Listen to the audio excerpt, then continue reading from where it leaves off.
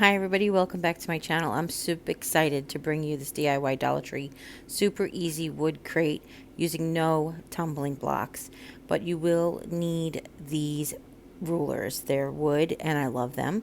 We're also going to need two box arts. Now I picked these two from Springtime because I like their shape. And then this checker set, this is an option to use those little tiny wood pieces, and I'll show that with you in a minute. And we're going to use our glue gun. I'm going to use Gorilla Glue sticks. You can use wood glue, anything you want. But I wanted to show you that if you cannot find the rulers, that the HomeDepot.com sells paint sticks, 10 for 98 cents. That's even cheaper than the rulers. The rulers are 50 cents each. The paint stirrer sticks are 10 cents each. Now, in all fairness, the paint sticks aren't perfectly rectangular, but we're going to put them in the bottom, and I'll show you that in a bit.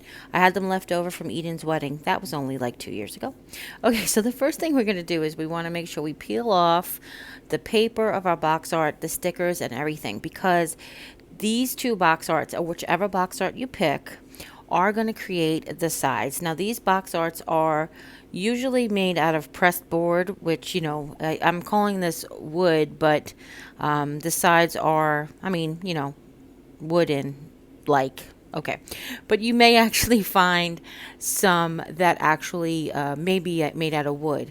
If you don't have box arts and you want to do something that's 100% wood, what you can do, and maybe we'll do this for you guys another day, is you can de-canvas some of the canvas, the wrapped canvases from the Dollar Tree. They all have wooden frames. As you know, we've done reverse canvas prints before. They all have wooden frames, and what you could use is those frames to create the framing for the sides, and then just continue wrapping your rulers around the sides, just as a different option. I like the solid sides. It's actually the way I wanted to do it. And I may one day put sort of fruit labels on the side. I'm not really sure. I'm looking around on free fonts, not free fonts, on free graphics.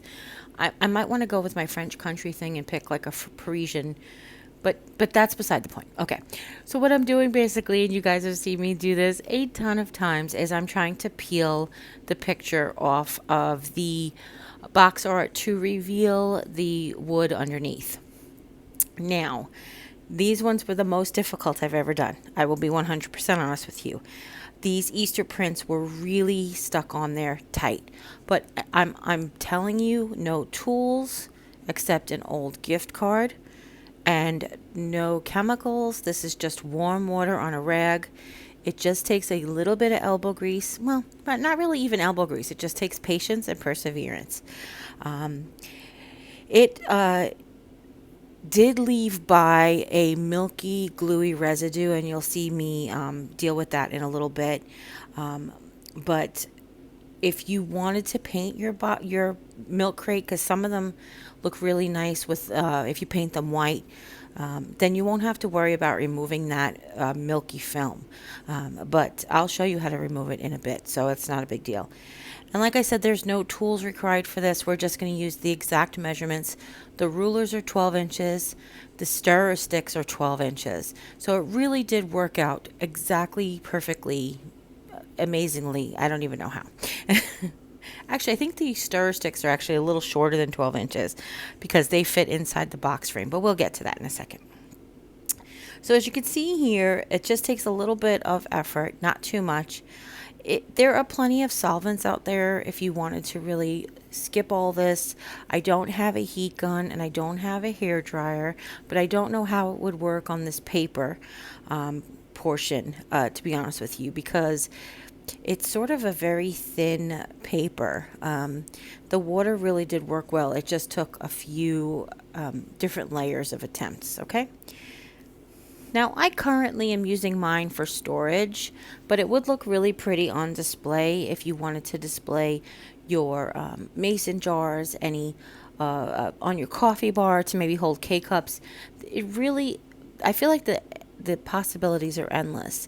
Now, box arts do come in all different sizes, so that's why I never said you need X number of packs of rulers, because it depends on which box art you get. Okay, but definitely what's the box art that makes this a sturdy, usable crate with no tools.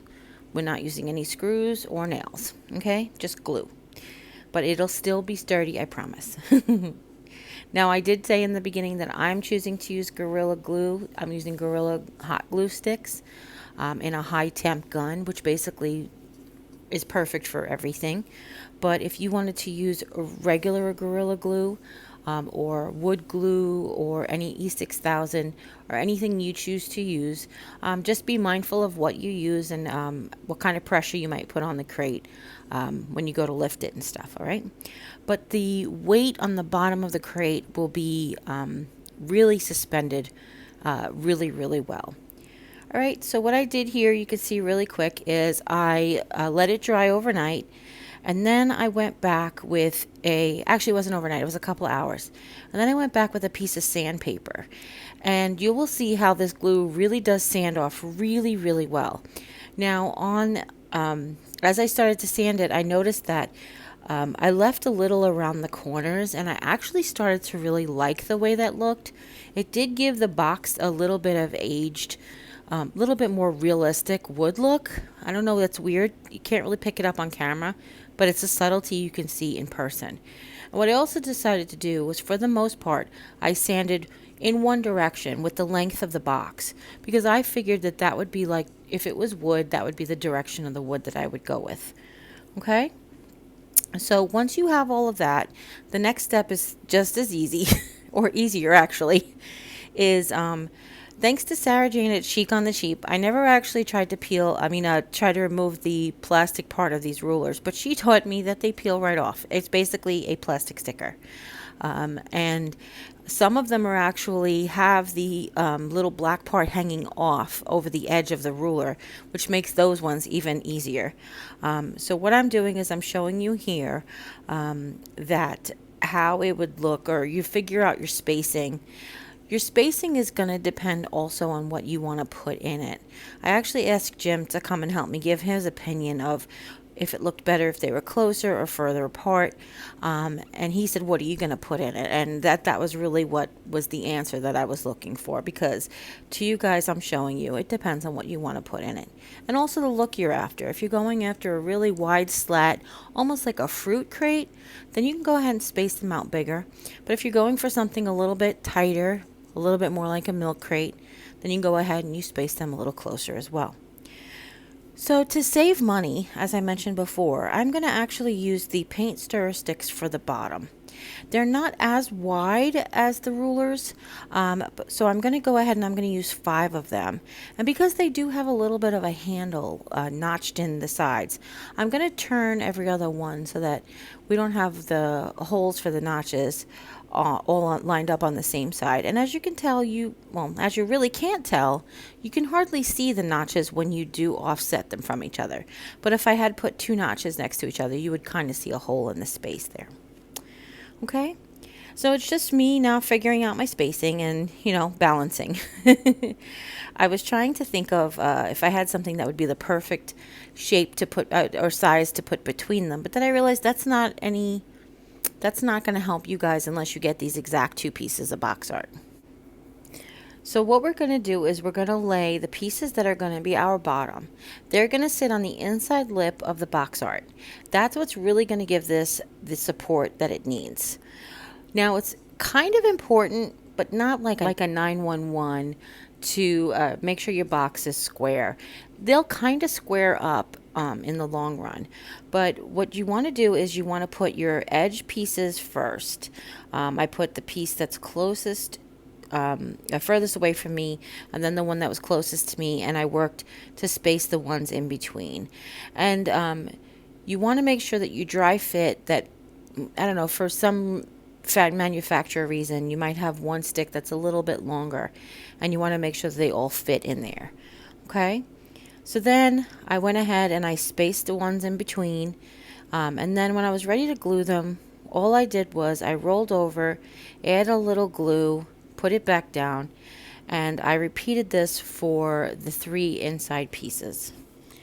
And now we're going to work on the outside. Now I have a couple of things I want to talk to you about the outside. We are just gluing them I picked 3 slats.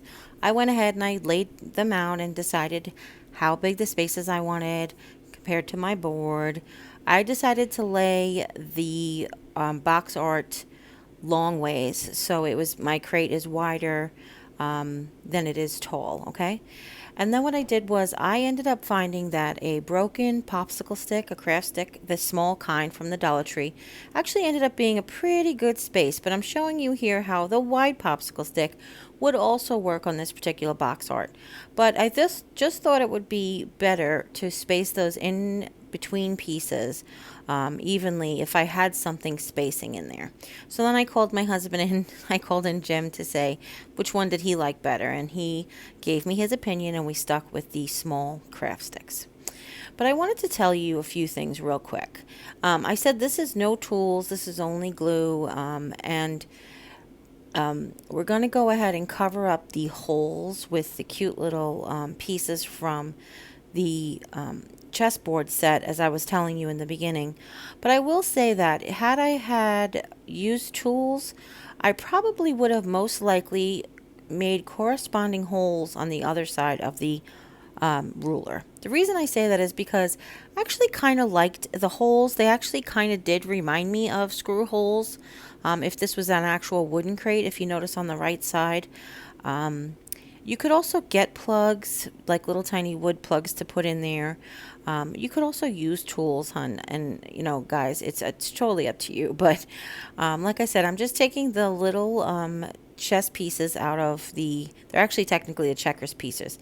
I want to show you here how they look between the white and the black. And I thought the black was really adorable, but Jimmy preferred the natural color. And I said white, but they're not white. They're wood color. So Jimmy preferred the natural color, so we went ahead with that. But I really wanted the black ones. I really did. So I just glued these over the existing holes on the left and created like mimicked the holes on the right to make it look like that's where we attached the milk crate slats. And as you can see, it is a super simple project. That I hope you guys really get a chance to try. I hope you can find these wooden rulers. If by some chance you can't and you end up getting wooden rulers from the Walmart or something, I heard that they're a little cheaper. They do usually have a metal glide on them, but the metal glide with a pliers comes out very quickly. Of course, those aren't completely flat like these are, so keep that in mind. Okay? And then once you cover all your holes, that's it. It's done.